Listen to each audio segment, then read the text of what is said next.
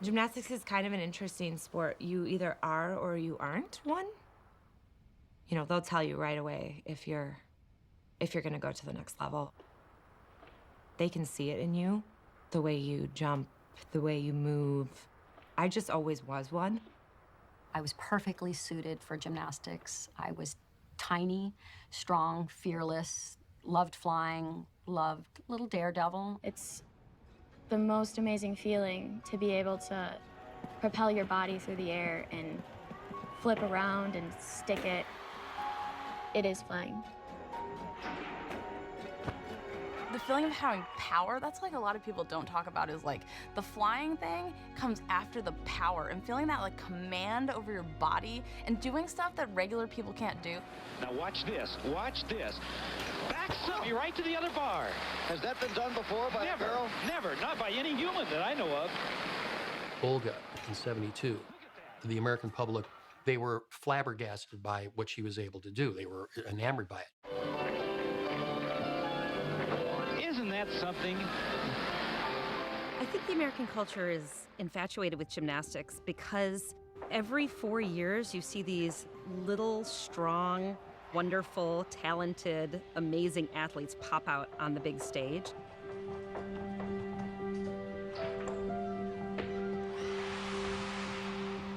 I don't think that any other Olympic sport in the summertime really gets as many viewers just because it has everything. It has the beauty, it has the power, and the music, and the drama of it. And what a champion. Absolutely superb performance.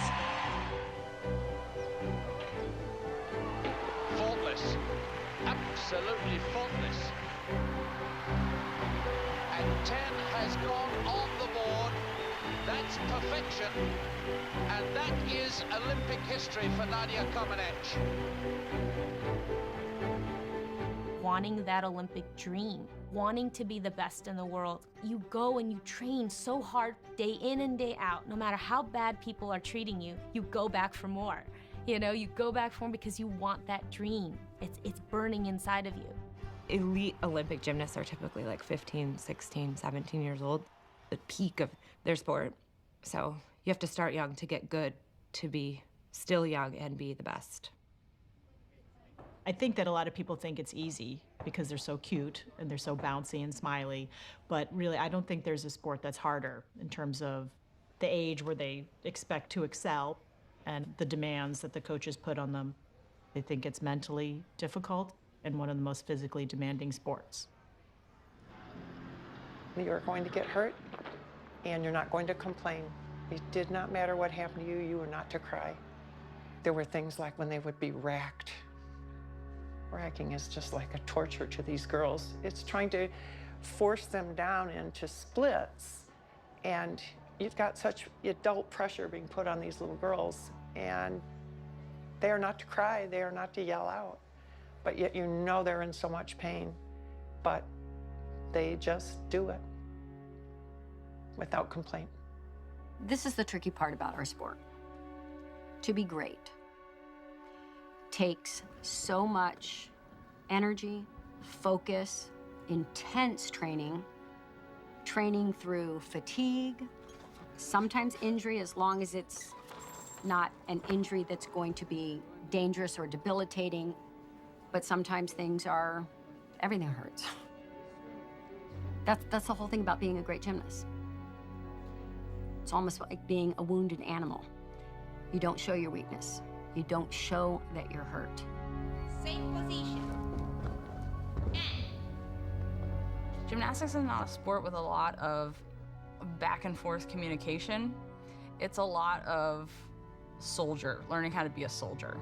These women have to perform so that USA Gymnastics brings in sponsorships, so that US Olympic Committee can be proud of them and trot them out every 4 years for all of us to watch, so that NBC viewers can, it's a money machine. And at the heart of it are teenage girls and their bodies. It seems like an arrangement that's bound to create abuse. The former team doctor for USA Gymnastics for 20 years is facing dozens of accusations of sexual abuse, including one from a former Olympian. One of the women has filed a criminal complaint against Nassar with Michigan police. The other has filed a lawsuit in California. Former Michigan State University and Team USA gymnastics doctor Larry Nassar has been arrested. When I first heard about Nassar, I was completely shocked, and then I totally wasn't shocked at all because he's in exactly the position to get away with this. Like, if you were a child predator, you would become him. It's so perfect.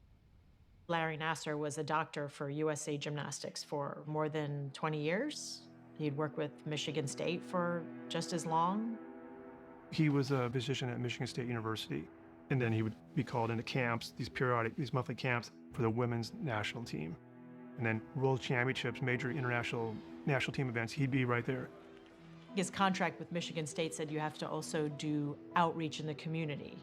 So he also worked with high schools and local gyms.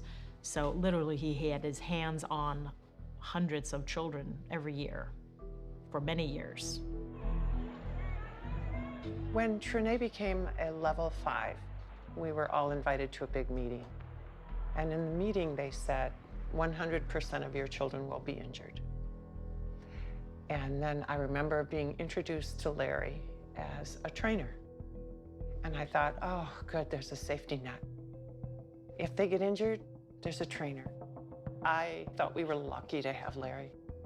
He was seen as like the guardian angel of the gymnasts. He was all about, protecting the athletes, and that's not something we often hear in the elite space. Not just physically, but mentally, you have to protect your athletes. You have to let them know that we care. You have to not let them know, but let them feel it. Let them understand it. Let them breathe it. It's there. It's not just a pat on the back. You know what I mean? It has to be sincere that we care. Larry Nassar was the good guy in this whole web of people you have to deal with gymnastics. How could a gymnast not say, wow, this guy's so nice to me? Like, everybody else is so mean. They want me to do an extra routine, or my leg hurts and they want me to keep running or something. He was brilliant at fooling these girls into trusting him. And I don't know how he got the Carolis to turn their backs, or maybe he did it behind their back. I'm not sure how much the Carolis knew. I don't know for sure if they knew about him. Did they know that he was alone with gymnasts? Yes. Should they have known that was against a policy, that there were policies and procedures in place and he was violating them? Yes. Did they care? No. That gold medal gymnastics coach, Bela Karolyi, has yet another winner on his hands. Bela Karolyi is the gymnastics coach who brought Nadia Comaneci and Mary Lou Retton to Olympic fame. I'm not concerning about anything else than to be the winner, to win. And I love to win. That's the truth. Stronger, stronger, stronger, stronger, round it. There. Get to the legs, normal out, pressing it. Hit it. And up. That's not good. You're not doing the right thing. Hold that and press down in. Press. Back to speed. Bela and Marta Karolyi are the most famous coaches in gymnastics history. Bela Karolyi was the architect of the Romanian dynasty. In the late 70s, Bela comes around with Nadia Comaneci and others and becomes the premier global superpower in gymnastics. At the time, the gymnasts were mostly over 20 years old. It was really a women's sport. Bela and Marta changed the concept of gymnastics to train very young children, very intensive training from 6 years old. He had this philosophy, do enough repetition and you stay prepubescent and you don't gain weight, you're gonna get those girls to hit.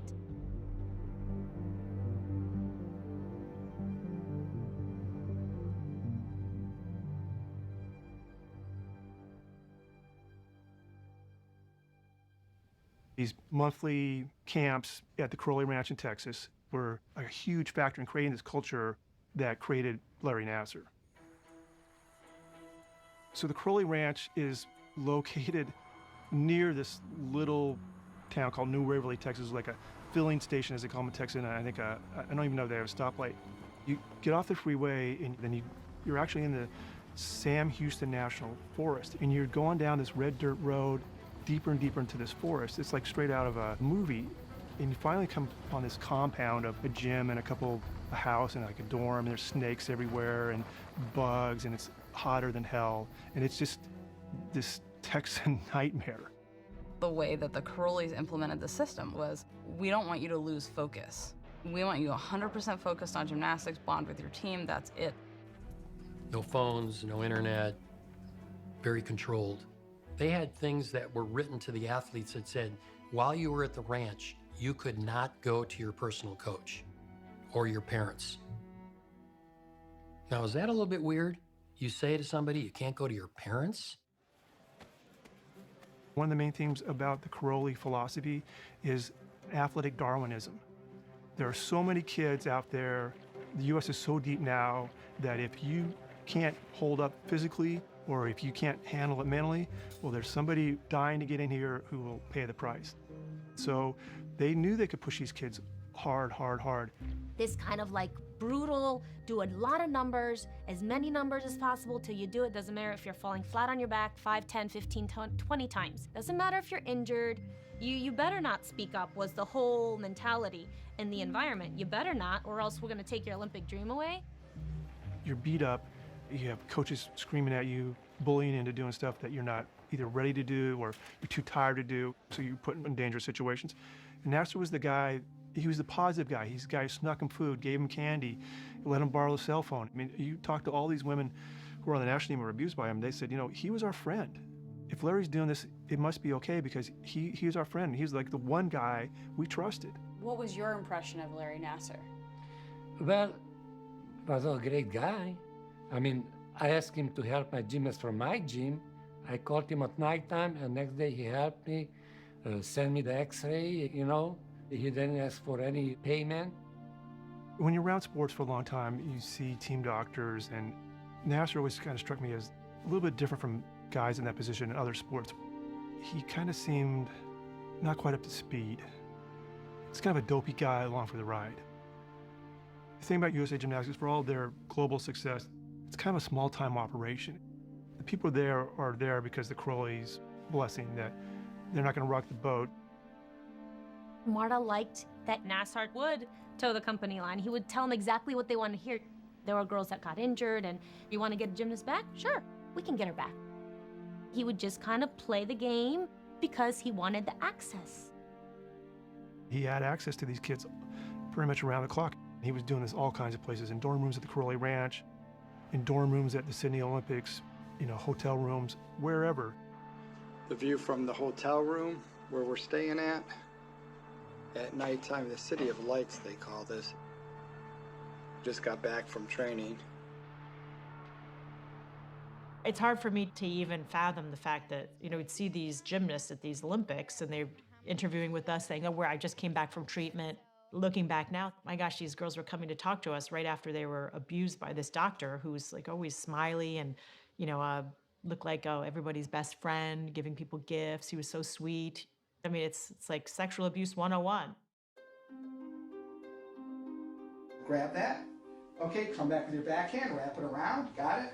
Come around, pull down.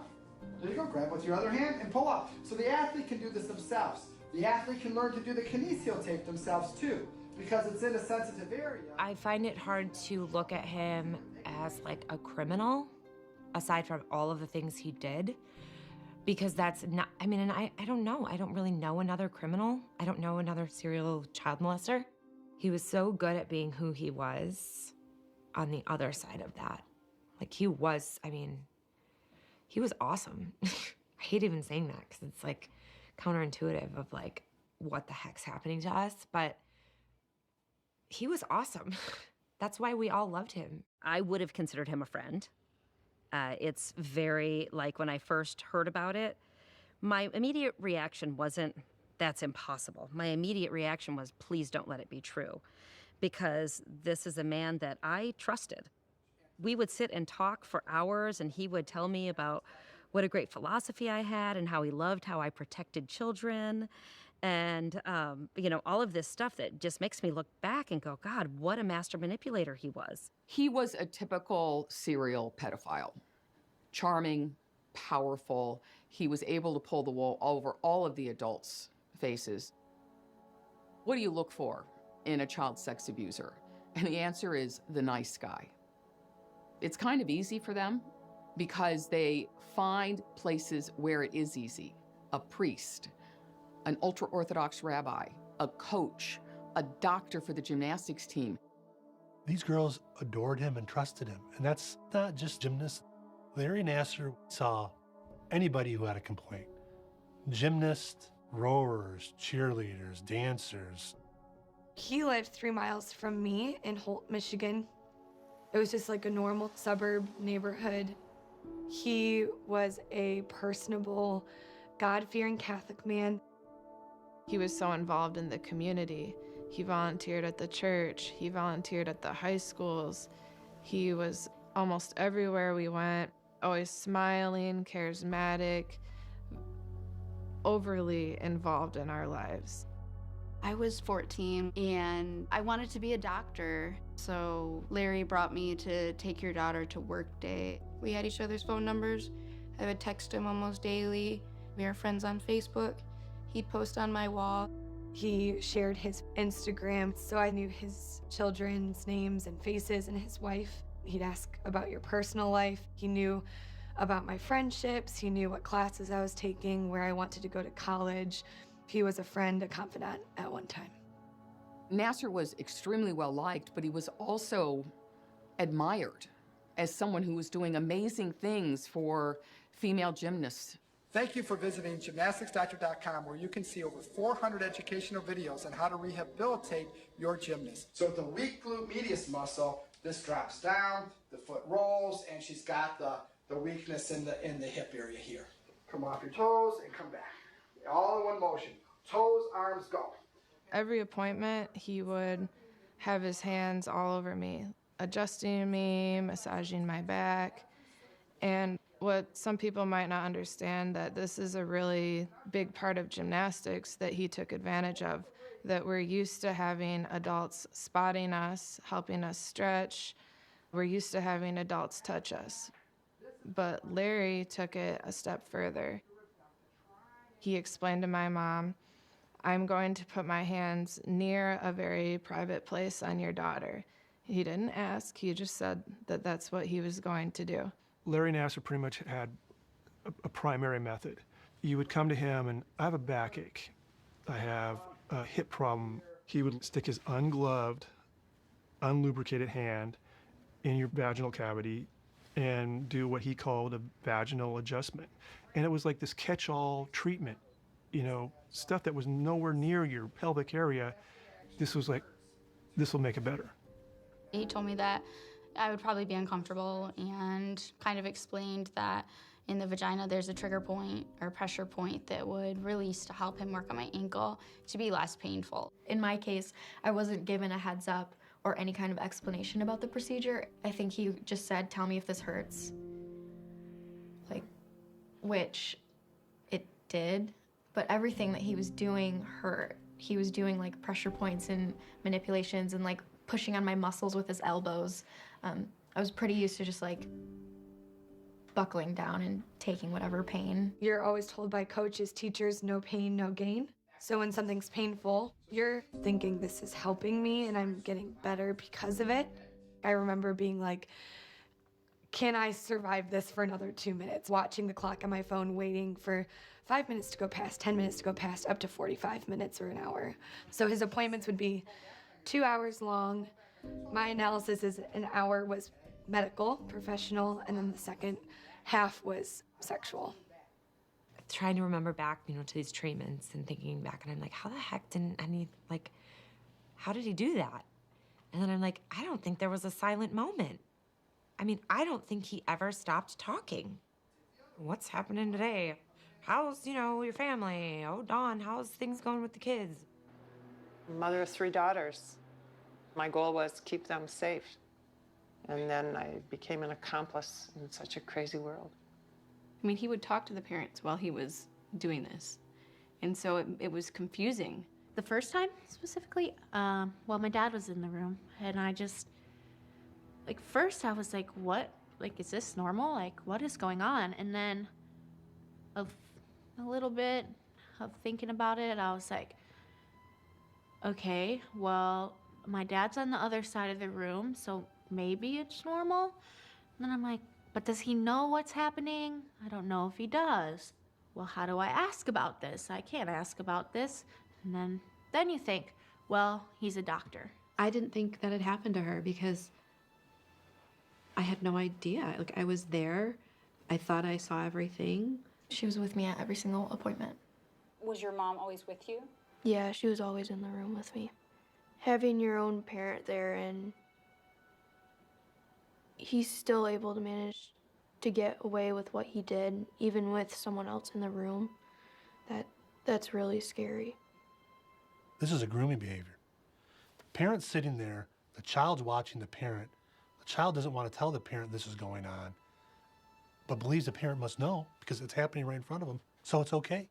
So guess what happens later on?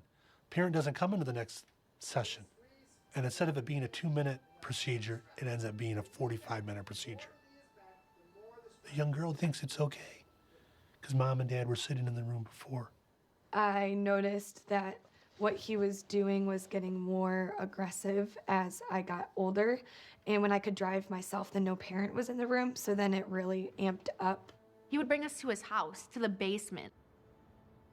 When I heard 2 months ago that Taylor was treated in his basement, I almost fell over. Who goes to their doctor's basement?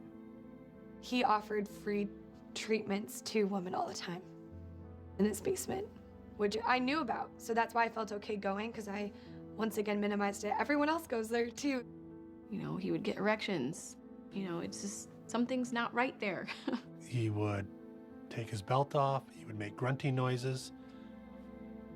And if we look at it as adults, we're like, oh my God, didn't you know? Of course this is for a sexual purpose. But you gotta put your mind, a young girl who has no sexual experience, a young girl who's trusting, a young girl who's told repeatedly over, this is the Olympic doctor. He's there to help. So these girls, they had no clue. And then I would feel better after my appointments because, like I said, he was doing medical things and no one else was helping me get better. So I knew I had to go back because I needed to be relieved of my pain. So even if I hated the treatment, I would go back. And that's how so many girls were abused for so many years. How often was that vaginal treatment? Probably every time. I don't remember not having it. They estimate it happened to me, like maybe 846 times. It's a lot. The reason Larry was such a good doctor was because you didn't feel anything afterward. Not just physically, emotionally, mentally, you had to block it out. You had to, or you're gonna fall apart. These young women didn't know. Their bodies might have known, subconsciously they might have known. They thought this was a legitimate medical treatment. They were told over and over and over again, you can trust Larry. Larry says you can trust Larry. Kathy says you can trust Larry. John Geddard says you can trust Larry. Who is John Geddard? Satan. He is the devil. And he is the head coach and owner of Twistars. Open the hips. That's better, feet. Now up, up, up, up, up. That's too much forward. Straight. Squeeze it. Shape. Hold the shape. Press the landing. Press the landing. Press. Nice. Stay there. Stay. John Geddard, former 2012 Olympic team coach. When I came to Michigan, very, very, very quickly, I realized that John was the force, the name in certainly Region 5 gymnastics. John Geddard coached Olympic champion Jordan Weber, and he had many other national team members throughout the years. He housed Nassar at his facility in Michigan, Twistars, where he had unprecedented access to his gymnasts in the gym. Like at the Crowley Ranch. Very similar environment, actually probably even more access at Geddard's gym. At the ranch, it was only whenever he was able to come into the monthly camps. But at Geddard's gym, he could go in every day if he wanted to. John especially, Twistars especially, sent you to Larry. He came in every Monday, and he would stay until everyone was seen. He was very well known at the gym, obviously, because he was promoted at the gym. He was pretty much like our go-to doctor. Larry knew how to get them back in their sport. He knew how to pick them up psychologically, because the last thing you want to be if you are an athlete is injured, especially in John Gettert's gym. John Gettert, super intimidating man, super intimidating. Walks it, owns it, talks it. How would I describe myself as a coach? Well, I know how others describe me, but I think they get the wrong impression. I'm pretty intense, very caring about my athletes. I'm not a warm and fuzzy, blow smoke when it's not needed. I'll give kids their due when they deserve it, but I'm not going to unnecessarily tell them how wonderful they are if they're not being wonderful. He would use more of a tactic like beating you down. So he would belittle you, he would insult you, call you names, and you would feel like you weren't good enough. It was your fault, you were doing things wrong. At gymnastics meets, if a girl fell, I would see him turn his back on her and he wouldn't watch her compete. Or he would throw a water bottle at somebody because they made a mistake on the bars. And so you would keep trying harder and harder to get his approval. You always wanted John's approval, and when he gave it to you, it was something special.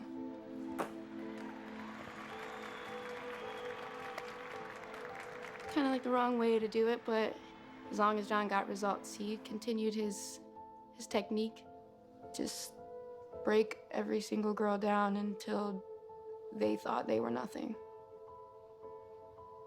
And then after practice, you'd go and see Larry. He'd be there for you, be that person that you know was gonna understand you. And for me, he was kind of like a friend that I could go to. Larry was good and John was bad. I mean, you knew that they were good friends, but it's weird because they're so different.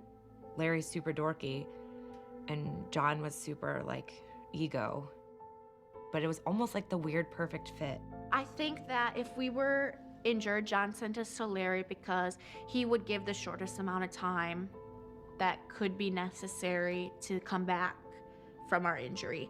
And there would be no mediator, I guess, in the middle to be like, well, maybe she needs this extra few weeks. If Larry thought you were okay, then you must not be hurting anymore, you're okay. That sounds dangerous. Yeah, I would say so. I started having some shin pain in my leg, and then it started getting worse a couple weeks later. And so then I finally said something to John, and he said, we'll go see Larry. So I saw Larry. He poked and prodded at it, and he says, I don't think anything's seriously wrong with it. I'll tape it up a little bit, but you're okay to continue practicing. I kept practicing for weeks later. The pain got worse. It felt like I was stabbing it every time I tumbled. And it got to the point where I was seeing Larry every day at practice, and then after practice I would go to his house and be in his basement at his house. How often did he do the treatment?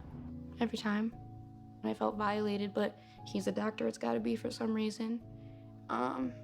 So I just never said anything, and I just kind of accepted it. You would think that if your leg wasn't getting better, you might want to get x-rays on it, but that didn't happen. Doing all gymnastics stuff on it, it was excruciating.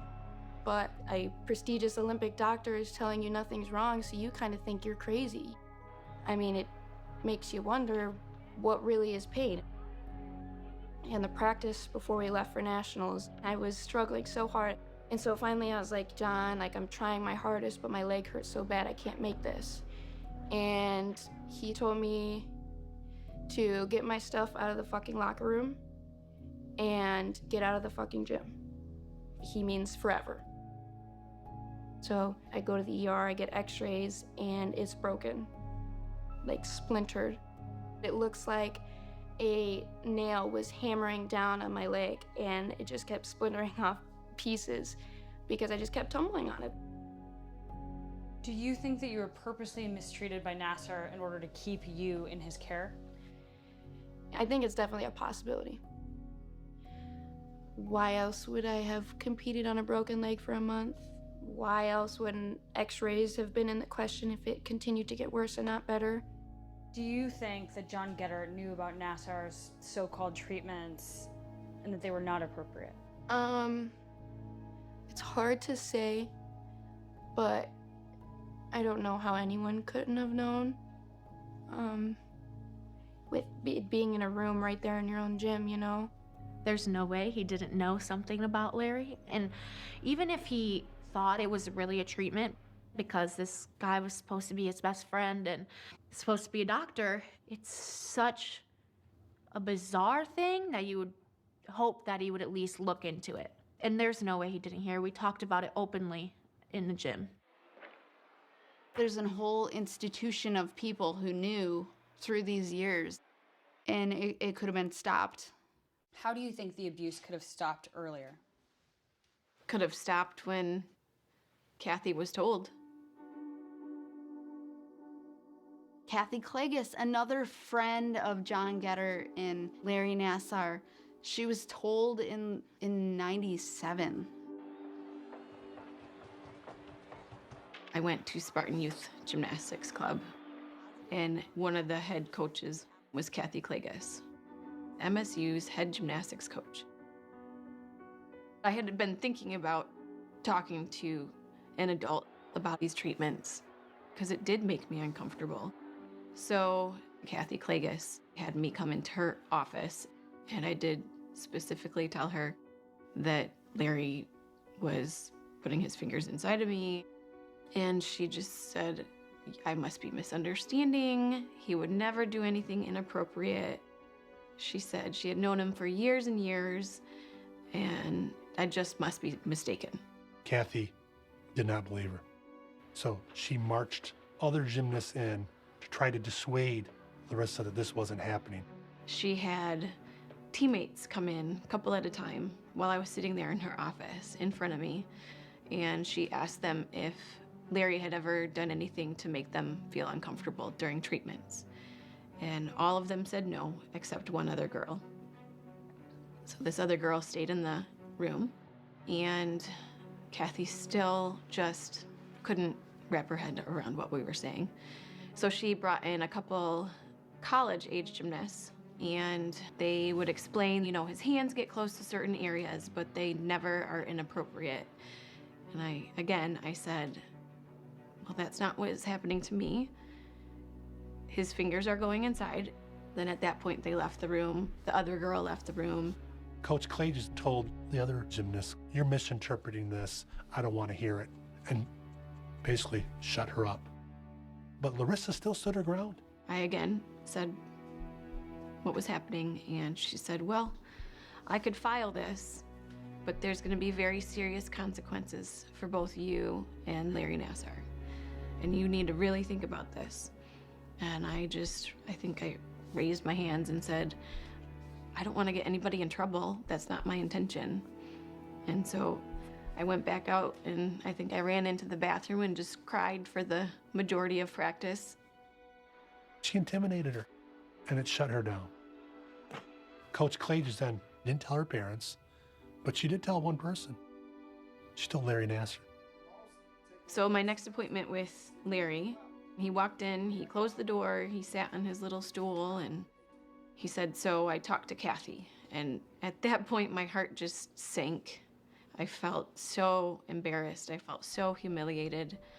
He said, Kathy told me your concerns, and you know I'm doing this to help you. And I remember saying, I'm so sorry. This is all my fault. It's all a big misunderstanding, and I'm sorry. So I just convinced myself that I must be the problem, and I just better suck it up. And then I hopped back up on that table, and he continued to abuse me for the next 4 years. Adults prefer and protect adults. We say we protect children, but children are second-class citizens. They don't vote, they don't have power, and it's so much easier to let a child's needs go. It's really denial, but it's also, they're protecting the adult's livelihood. No one wants to destroy a successful adult's life, and so we put it off and we put it off. Larissa Boyce told people who worked for MSU in 1997. I was 3 in 1997. You know, that's impactful. That could have been stopped. Kathy Klages knew that there was a proper process that she should have taken when she told me that she could file something, but she chose not to. And so I absolutely believe that's on MSU. She was their employee. And then all of the other girls who came forward and told trainers or psychiatrists, all of them were at MSU employees. They did not want to believe a single girl. From 1997 through 2015, there were 17 incidents of reporting just to Michigan State alone. In 2014, Amanda Thomashaw, who had attended Michigan State University, filed a Title IX complaint against Larry Nassar, alleging that he had molested her during a treatment session. I told them exactly what happened, that Nassar started to insert his fingers into me, and I stood up, I pushed him off of me, and he ran to the corner of the room to hide his erection. Michigan State University investigated through their OIE office, Office of Institutional Equities, and they're supposed to be impartial. In that investigation, they allowed Larry Nassar to pick 4, quote, independent, corroborating experts of his so-called treatment. Larry said that it was medical.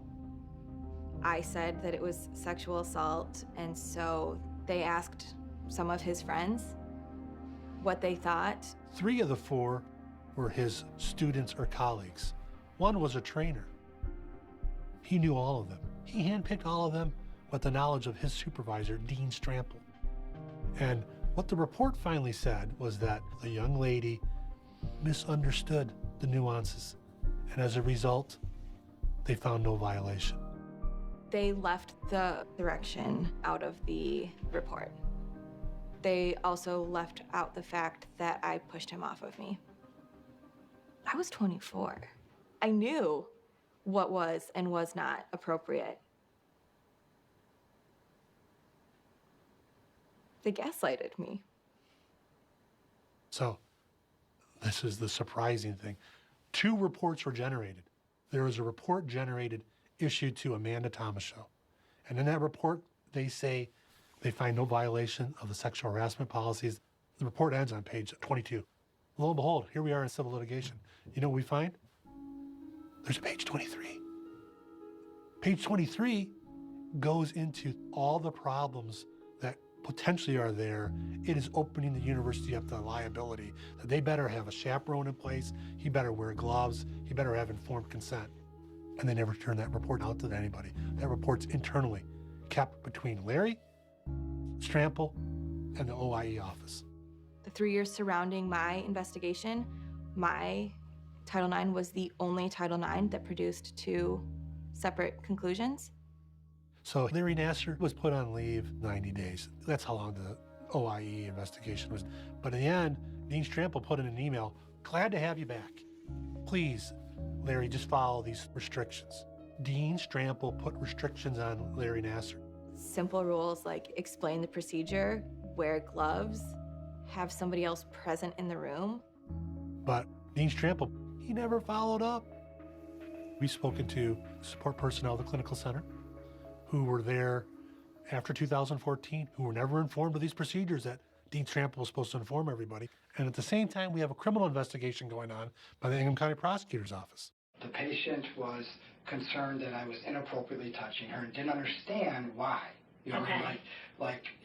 He was, touching me in my private areas, and she didn't understand why. And those are 2 things that confuse me because I do this on a regular basis. This is a treatment that I lecture on. I lecture on not only here at Michigan State to the fellows and residents and medical students, but to national organizations. Shouldn't a prosecuting attorney office bring in outside experts? You know whose experts they used? Michigan State University's experts that Larry Nassar handpicked. They believed the status of Larry Nassar. And once again, they also found that there was no sexual assault. And they sent one of the detectives over there to tell Larry, make sure in the future you have somebody in the room and you wear gloves and you explain what's going on. So 2014, you have all these restrictions were put in place. The assault should have stopped. They didn't. I was a patient of his before, during, and after that Title IX investigation, where protocol was put into place that I wasn't made aware of and then not followed. Nothing changed. You know, what happened during the visits was exactly the same from when she started seeing him in 2012, 2013, 2014, 2015. When did the incidents happen with Larry Nassar? In 2014. They didn't have him follow the guidelines, and they didn't really put a stop to it until so many people came forward. Out of 90 of our survivors that we represent, 28 of them were assaulted during or after 2014 Title IX investigation of Amanda Tomashow.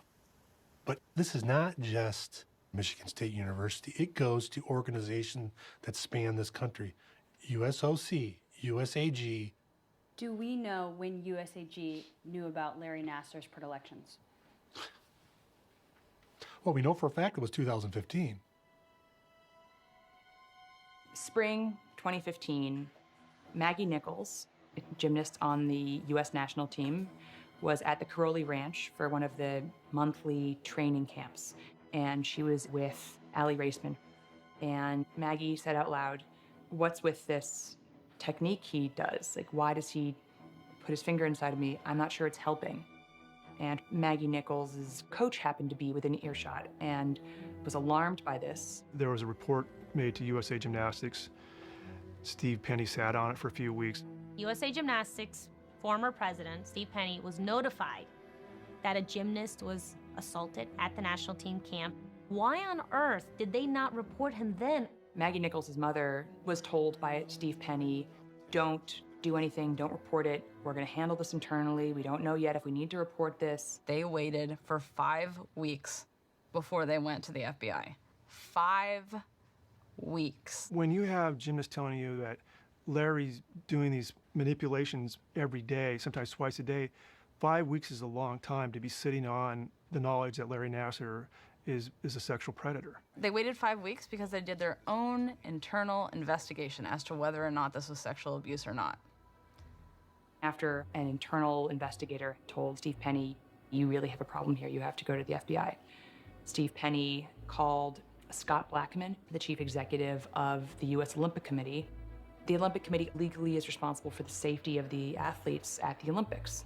And Steve Penny said to Scott Blackman something to the effect of, "We have a member of our medical staff who's been accused of improper contact. I'm going to report it to the FBI." Scott Blackman has said to us that he told Steve Penny, "Definitely report this," and Is that enough? Steve Penny did. I mean, that's a question. Of course we want to say no because of what happened in the subsequent year. Nothing happened. The USOC had tremendous responsibility as the top of all of Olympic sports in the United States. And the USOC has had inadequate child protection policies for years. There's been a problem in gymnastics with sexual abuse and with physical abuse for decades. In 1999, the then president of USA Gymnastics, Bob Colarossi, wrote a letter to the USOC raising concerns about their method of handling allegations of abuses by coaches, saying the way the system works is going to get us in trouble. Scott Blackman was on that letter.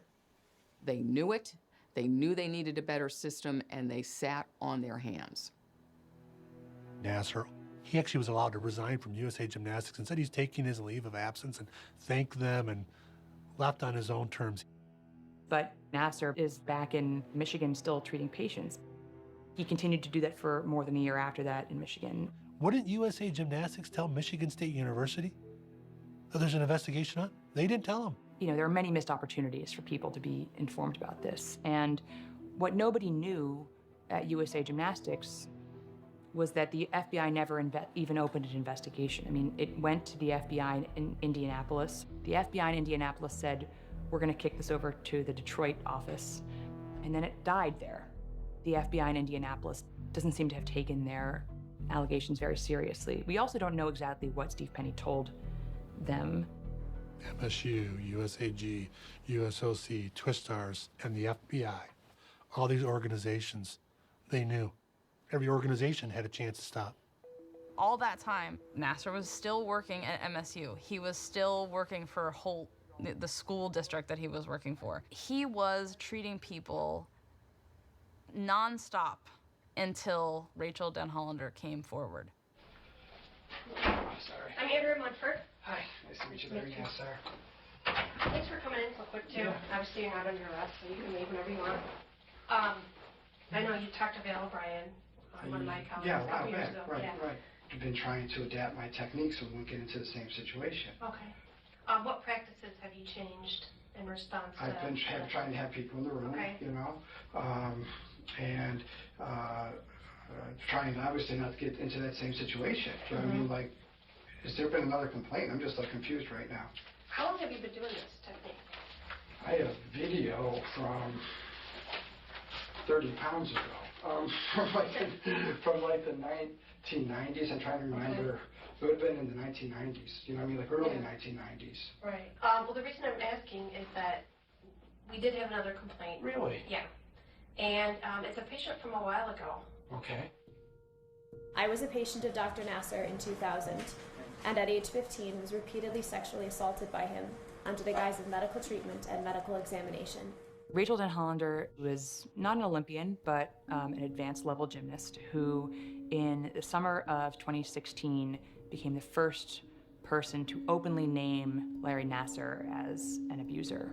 She was inspired to do this by a series that ran in the Indianapolis Star. There's a troubling report in USA Today Network, and the Indianapolis Star, the governing body for American gymnastics, is accused of routinely protecting coaches who were accused of sexually abusing young athletes. Rachel Den Hollander read this article, and she had been, over the years, coming to terms with this treatment that she had been subjected to by Larry Nasser more than a decade earlier, and she reached out to a reporter. Rachel Den Hollander told the Indianapolis Star newspaper that Nasser sexually assaulted her when she was 15 years old, taking part in club gymnastics in Michigan. Ultimately, one other former Olympian spoke anonymously in the original article and identified Larry as an abuser. When someone comes public and puts it in a major newspaper, that this guy who is employed by your university sexually abused her, and you have two people talking about it, that carries a lot of weight. Two gymnasts have accused Dr. Larry Nasser of sexually abusing them during treatment. One of the women has filed a criminal complaint against Nasser with Michigan police. The other has filed a lawsuit in California. I read the headline and I laughed in disbelief. I was like, there is no way, like, he is a saint. Because at that point, even though I didn't like the treatments, I really thought that he had been helping me this whole time. I actually defended him at first because I knew that, well, I was told that this was a valid medical procedure. And I was brainwashed and conditioned into believing that for the past 20 years, I think in order to just survive through it. And so I defended him. Trinae came home and we both just said, this cannot be. She's like, there's no way, it's Larry. It's Larry. If you know Larry, there's no way it can be Larry. And it actually made me mad. I was like, how dare you accuse such a kind person of doing such an extremely awful thing? And I didn't read the article because I was in a dance rehearsal at college. But then when I was by myself after that rehearsal, I started reading through the article, and Rachel Den Hollander had it to a T. She described my whole experience, weird commentary, no gloves, internal techniques, followed by his response that he never went internal, ever. He would never do that. And I was like, his story is very different than my personal experience. I was so embarrassed when it first started coming out. I didn't want to say anything. I was like, how did I let this happen? How did I not know? The thing is, like, my whole life, like, I've trained to be smart as I can, as strong as I can, and as fearless as I can. And, like, in moments like that, where those things happen, I was none of those things. And to me, that was like soul crushing. Over that night, the gears started shifting in my head, realizing all this time for 7 years of my life that I thought it was medical and helping me, and I literally walked around praising his name, referring people to him. Now I've been referring people to a monster. I started to have a heavy guilt about other people that had come to me when I was younger and saying, you know, I'm confused. Something happened to me, but, you know, do you know anything about this? And I'm like, oh yeah, it happens to me all the time. He does it to me all the time. You're good. You don't have to worry. It's not weird. You're not the only one. He does it to me all the time. So you're good. And then thinking like, oh my God, like, did I just silence these people? Like, did I stop them from stopping him? I did. That's because you didn't know what it was. But I still did. I called Indy Star and reported my story. And so obviously they knew Rachel well, and I got to talk with Rachel that first day that I found out. And she really spurred me on to keep going to the next steps. Things developed pretty quickly. Rachel Denhollander filed her complaint at the end of August, and by the end of September, Larry Nassar had been fired from Michigan State. Michigan State University police say about 50 women have now come forward accusing the former MSU associate professor of criminal sexual conduct. Michigan State University Chief of Police Jim Dunlap and I are announcing today criminal charges. In November, he was charged by the Attorney General in Michigan on state sex abuse charges related to one victim who was not a gymnast he treated.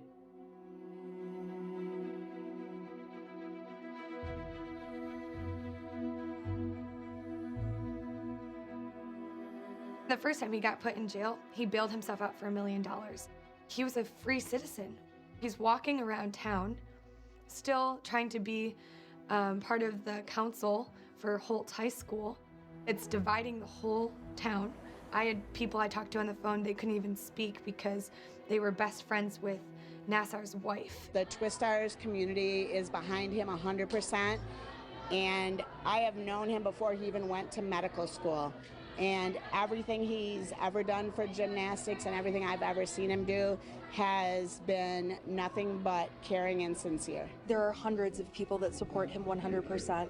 We have received countless emails and communications from other doctors, physicians, physical therapists, ex-patients, ex-coworkers supporting him. There's no doubt he has a ton of support. I couldn't even go on Facebook because people from my childhood were saying things against me, essentially. Just decide to click on the comments. Oh, they're lying, or they're just in it for the money, or oh, they should have known that happened. There's all these weird emotions, you know, at the beginning of September 2016 until the porn stuff came out, and then everyone's silenced. An FBI agent saying they found at least 37,000 images and videos of child pornography on hard drives belonging to Dr. Larry Nassar. They were seized during a recent search of the former MSU doctor's home in Holt. I represented Dr. Nassar in his criminal matters in Michigan and in federal court. I believe law enforcement said there were 37,000 or more than 37,000 images. It sounds like a high volume to people who are not familiar with these cases, but in all honesty, it's not a high volume. It makes me want to vomit. Were some of those pictures some of these gymnasts and some of his patients, some people that he saw at his house? Quite possibly so. I mean, I cared that that was found, but what I mostly cared about, that he was in prison without bail. Bond was revoked and Dr. Nassar was locked up in jail. And so it became more difficult in terms of, you know, defending. There was no real way to mount a defense with the child porn. I can't answer that.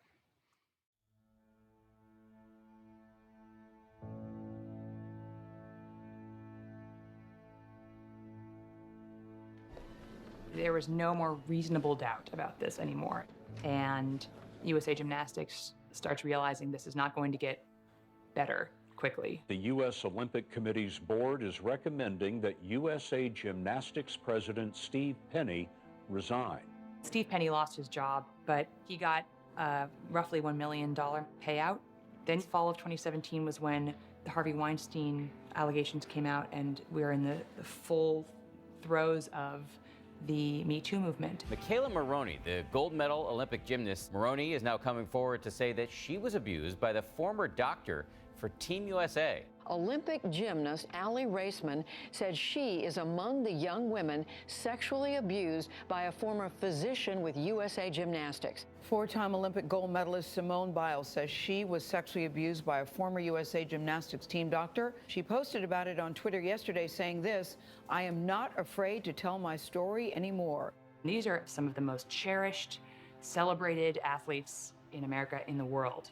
And they're coming forward and saying, this also happened to me. We were also abused. And right under the noses of the US Olympic Committee, USA Gymnastics, and the American public. This was happening while we were competing for you in London.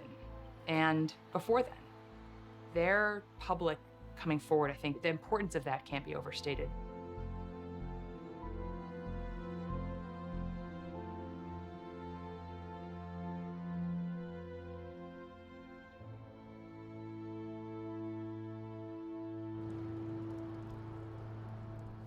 All right. Thank you. You may be seated. The attorneys asked if I would take a plea, and I advised that's fine, but I'm going to let everybody talk because he harmed so many, not just the girls, but everybody who touches this case. Victims will be allowed to speak and will continue until all victims have had an opportunity. When the opportunity posed for us to do our impact statements, I was thankfully at a place where I knew that you don't need to be shameful because it wasn't your fault, and you don't need to live in that darkness anymore.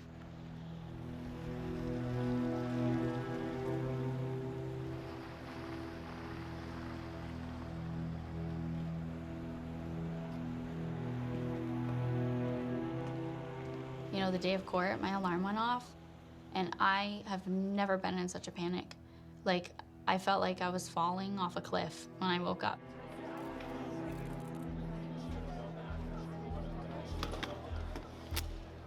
There were so many people in there that were so heavily impacted by what happened.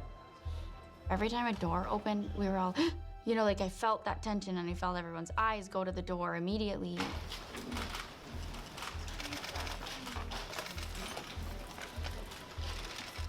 The first victim will be publicly identified, Ms. Kyle Stevens. Good morning. Up until this point, I've been known as Victim ZA, or family friend. I was the first to testify in this case, and wary of the attention that could come with that, I asked for complete anonymity. I'm addressing you publicly today as a final step and statement to myself that I have nothing to be ashamed of. My parents had become close friends with Larry and his wife, Stephanie. It was during this time, I estimate I was approximately 6 years old, that Larry Nassar began to sexually abuse me. He first exposed his penis to me in a dark boiler room in the basement of his home. He told me, if you ever want to see it, all you have to do is ask. Let me remind you of the interests of a 6-year-old girl. My favorite TV show was Clifford the Big Red Dog, and my favorite book was Junie B. Jones. I could not do a multiplication problem and still had not lost all my baby teeth. Someone of this maturity level should not be sexually active, but I was. Without my knowledge or consent, I had engaged in my first sexual experience by kindergarten, and had progressed from exposure to masturbating in front of me while playing hide and go seek, rubbing his bare penis on my bare feet, and penetrating my vagina with his fingers. It took a friend confining the details of her sexual abuse for me to realize that something was wrong. I was 12 years old when I told my parents, when Larry rubs my feet, he uses his penis. My parents confronted him and he denied any such action. Due to complex details that I won't get into here, my parents chose to believe Larry Nassar over me. I spent the years between 12 and 18 avoiding and detaching from my family. To my father, someone who makes such heinous, false accusations is the worst type of person. His belief that I had lied seeped into the foundation of our relationship. Every time we got into a fight, he would tell me, "You need to apologize to Larry."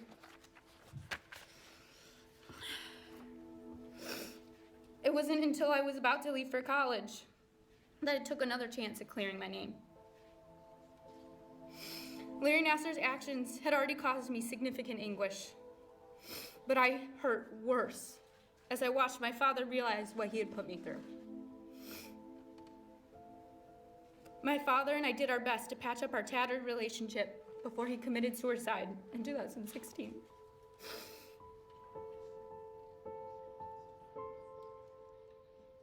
It was very painful. You could see it in their face. People were shaking, crying, just at the sight of Nassar. I thought that training for the Olympics would be the hardest thing that I would ever have to do. But in fact, the hardest thing I've ever had to do is process that I'm a victim of Larry Nassar.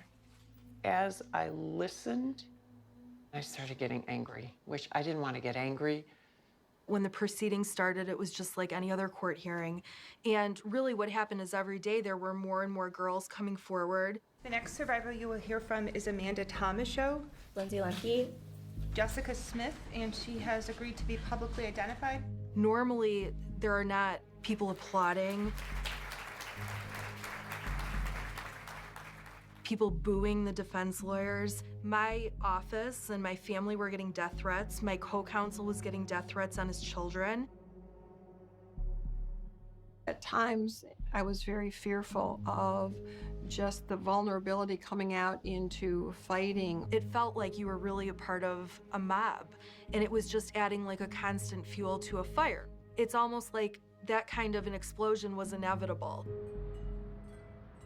Gymnastics doctor who is admitted to sexually assaulting young girls, claiming it was medical treatment, back in court today.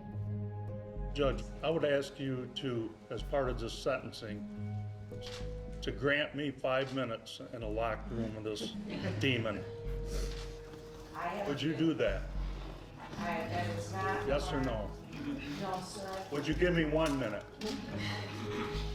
You know that I can't do that. That's not how I would. Well, I'm gonna have to just stop.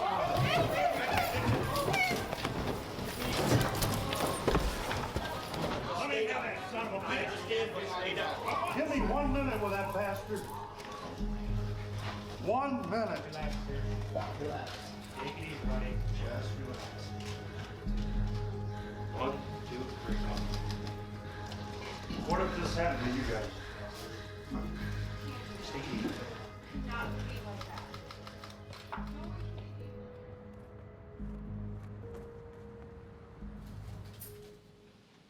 This morning, we had a delay because of a letter that was sent by defendant, and he states, "I'm very concerned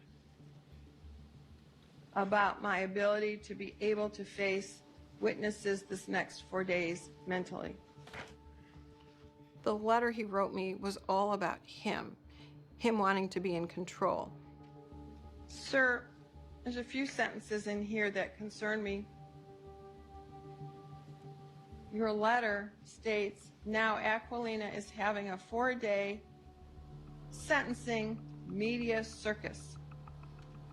She wants me to sit in the witness box next to her for all 4 days, so the media cameras will be directed toward her. And the portions I didn't want to read is because he's actually listed some names, victim blaming. I didn't want to read it and then black out the names because each girl's going to put their name in there. There's no good that's going to come from reading that whole letter, which is why I've sealed it.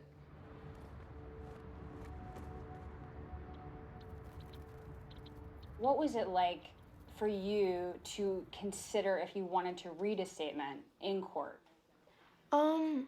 At first I was kind of unsure just because of being in that courtroom and having to face the person who did all that stuff to me, but at the same time, I wanted to have a voice.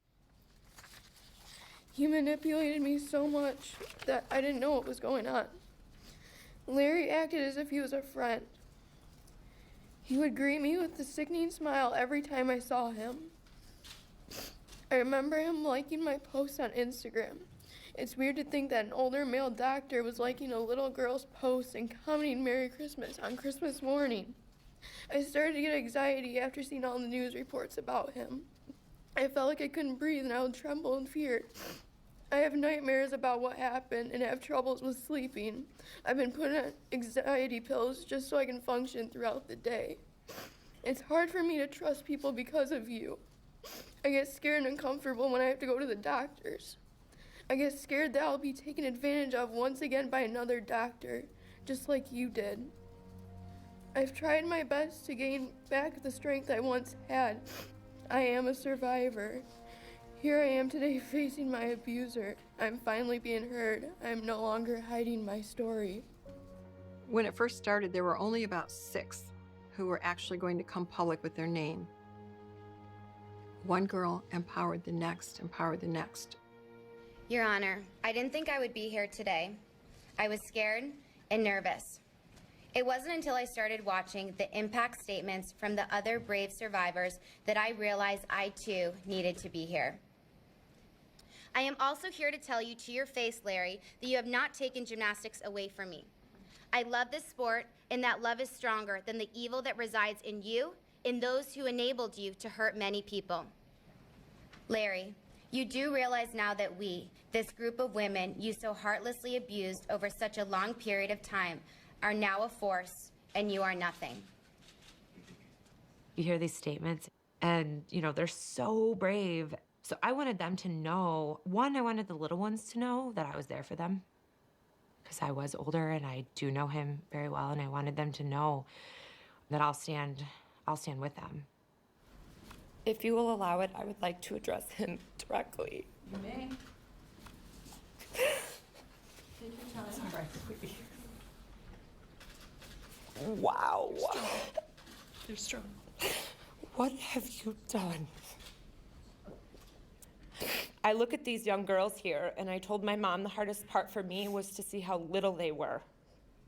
She said to me, you were that little too, if not younger. I had to make an extremely hard choice this week, Larry.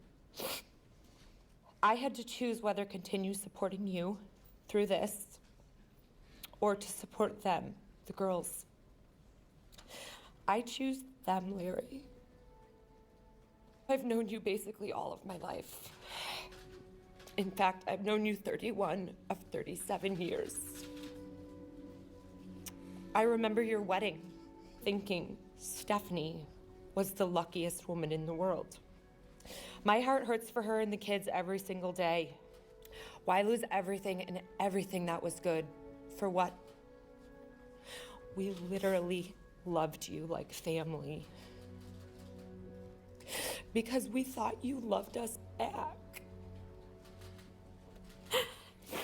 I choose to look you in the face and tell you that you hurt us. You hurt me. As I've had to realize I was abused for many years of my life. And this, my old friend, is because of you. I don't know who you are now. Larry, I think you will be happy to know that I am 12 weeks pregnant today. It's a little boy. And I will do everything for the rest of my life to make sure that the youths of this world don't get to hurt another one of us. Goodbye, Larry. It's time for me to close the door. May God bless your dark, broken soul. Thank you.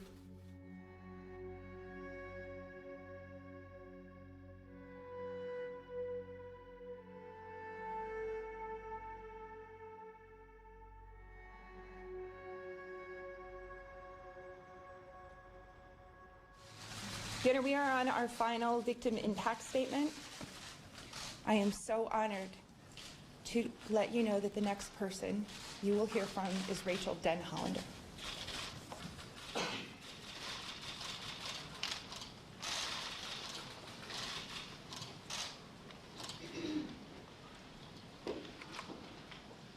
How much is a little girl worth? At 15, I believed that the adults at MSU surrounding Larry would do the right thing, and I was terribly wrong. You play word games, saying you didn't know because no one believed, because these teenagers didn't report it to the right official.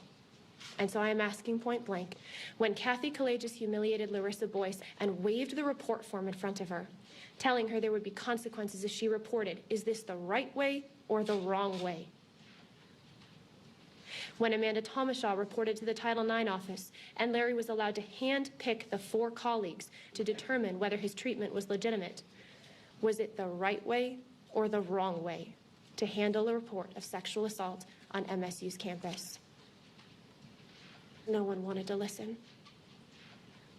I ask that you hand down a sentence that tells us that what was done to us matters. Larry said in court that he hoped education and learning would happen. This is what we need to learn. Look around the courtroom. Remember what you have witnessed these past 7 days. And let it be a warning to us all.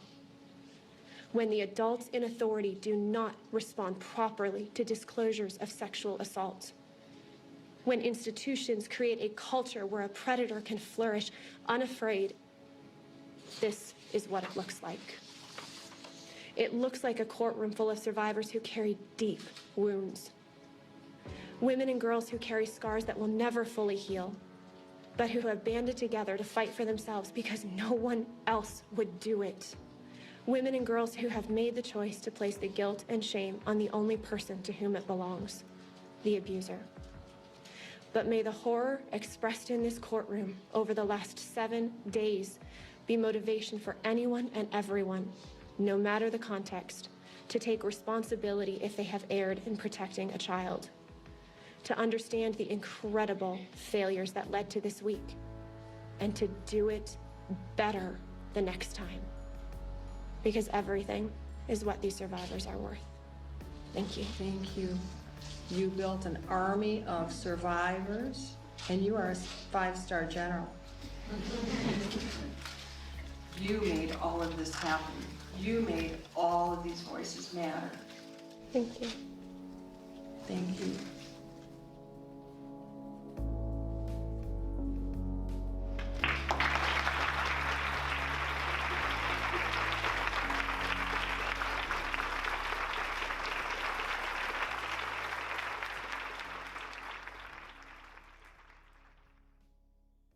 Larry wants to address the court as well. What would you like me to know? It's just a short statement. Your words these past several days, your words, have had a significant emotional effect on myself and has shaken me to my core. I also recognize that what I am feeling pales in comparison to the pain, trauma, and emotional destruction that all of you are feeling. There are no words that can describe the depth and breadth of how sorry I am for what has occurred. He heard all the cries. So he turned around again, and more girls started crying. And then the judge realized what he was doing. An acceptable apology. Sir, you need to stay at the microphone or they can't hear you. An acceptable apology to all of you is impossible to write and convey. I will carry your words with me for the rest of my days. But I do want to read some more of your letter.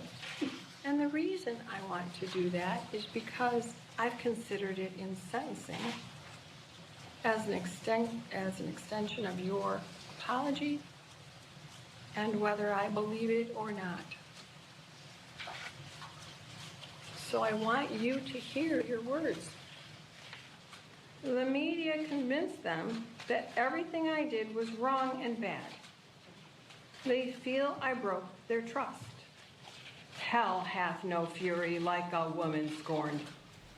Oh. His letter fired me up so much. Hell hath no fury like a woman scorned. I mean, he's not comprehending the damage that he has done. That line really says it all. He has no respect for women. I think it helped hearing that, actually, because there's been many times where I felt bad for him because we had this relationship with him. We really loved him, and looked up to him, and cared about him. And so it was good to hear those words that he wrote, because it made me not feel bad for him anymore.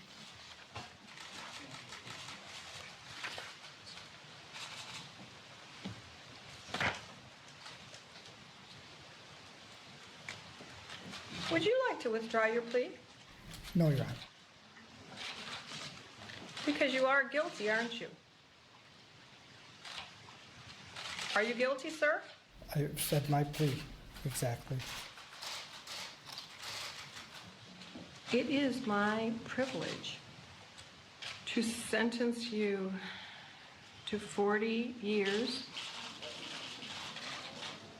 the tail end, because I need to send a message to the parole board.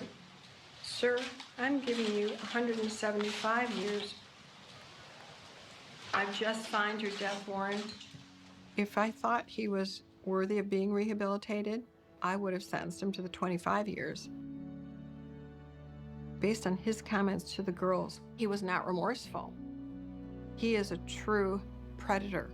That's all for the record. All right.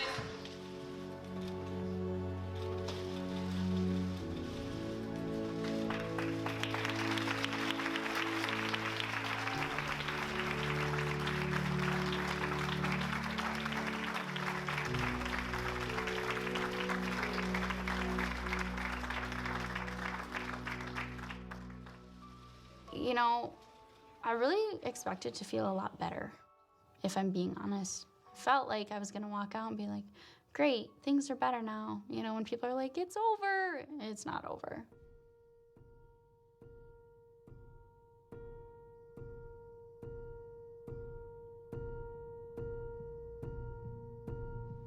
While it was very empowering to watch these women, they're taking back their voice, but they shouldn't have ever had to use it to say, me too. Disclosing your name and your face along with your story in this volume to be believed is a travesty. We need to deliver on the promise to these victims that the world will be better because you came forward. The Me Too movement will be a success if it turns into social and legal change. Is there any truth that there's money been put aside for counseling for these girls? Yes. Have any of the girls been contacted yet? They were supposed to be. What about for those of us who have already had counseling, but this is now a year and a half later that you're doing this? The counseling fund, if you read the material that was released publicly. I would like to hear from you. Okay, it includes past expenses.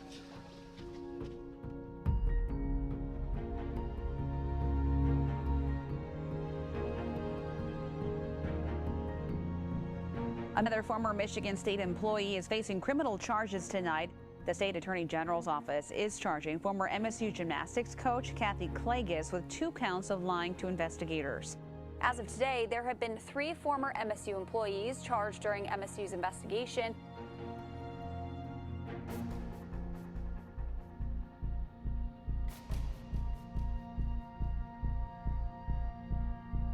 Young gymnasts who say they were victimized by Larry Nassar are now advocating for changes to Michigan laws to make it easier to hold abuse enablers accountable.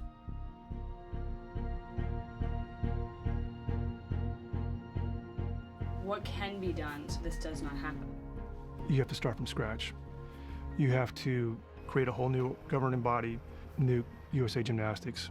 You need to move it out of Indianapolis. You need to bring people in that know all sides of the sport, and including, treating people right.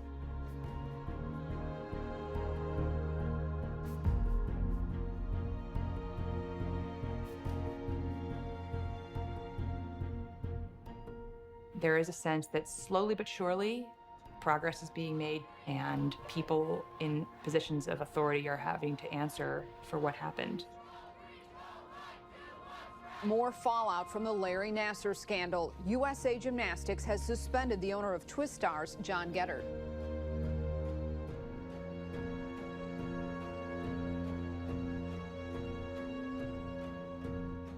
We demonize the Nassars and the Sandusky's, and they've done horrible things.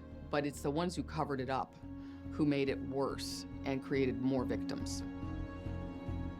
Mr. Penny, let me ask you this. After being informed about the abuse, my understanding is that you waited 41 days to contact law enforcement. Is that correct? I would like to answer your question. However, I've been instructed by my attorney to assert my rights under the Fifth Amendment. You were part of an organization, the United States Gymnastics. Don't you feel you have a responsibility to the athletes who are here today and to others around the country? Respectfully, Senator, I've been instructed by my attorney to assert my rights under the Fifth Amendment and decline to answer your question.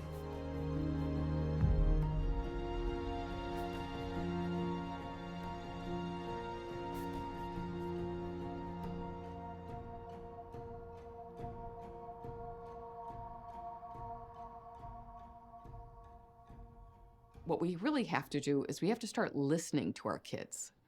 If a child says to you they don't like how someone touched them, you don't say, but that's one of the nicest people I ever met. You sit down and you say, why? What was wrong? Would you let your daughter do gymnastics? I have mixed emotions. I feel hopeful that positive changes are being made, so it will be a better sport for her eventually. The sport is beautiful. It's a wonderful sport. My child does it. I didn't yank him out just because of this. No, I felt empowered that, hey, the sport's gonna be better for a future generation of children, right? Because we stood up and we did something about it, and we're actually being heard now. I would see like my old teammates posting, and I'd see all these things about gymnastics, and I really missed it. And one day I told my mom that I really wanted to do it again. So that's where I'm at now. How's that? That looks good. Okay, I mean, why don't you try it? You try a couple, and then if it needs to be moved, I'll have you move it. Okay. Does that work? Yeah. I did feel that I'm finally able to start my life again and not have to worry about him ever doing anything wrong again. And being back, I was able to build up that confidence I once had, and I'm just able to do what I love.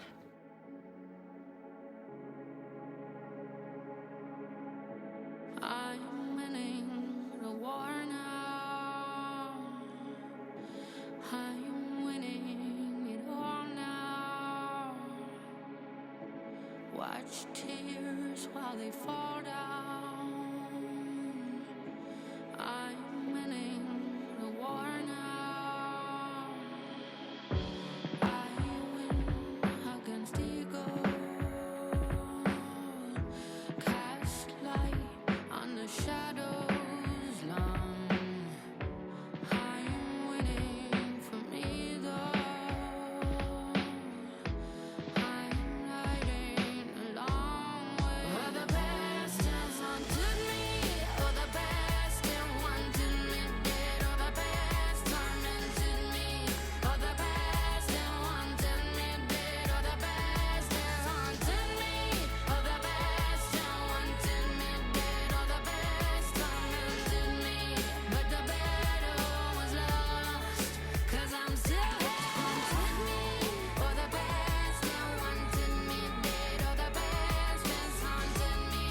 Oh, the best and wanted me dead. Oh, the best has haunted me. Oh, the best and wanted me dead. Oh, the best tormented me. But the battle was lost, 'cause I'm still here. I'm fighting my ego. Lost youth, where did we go wrong? I'm winning from either.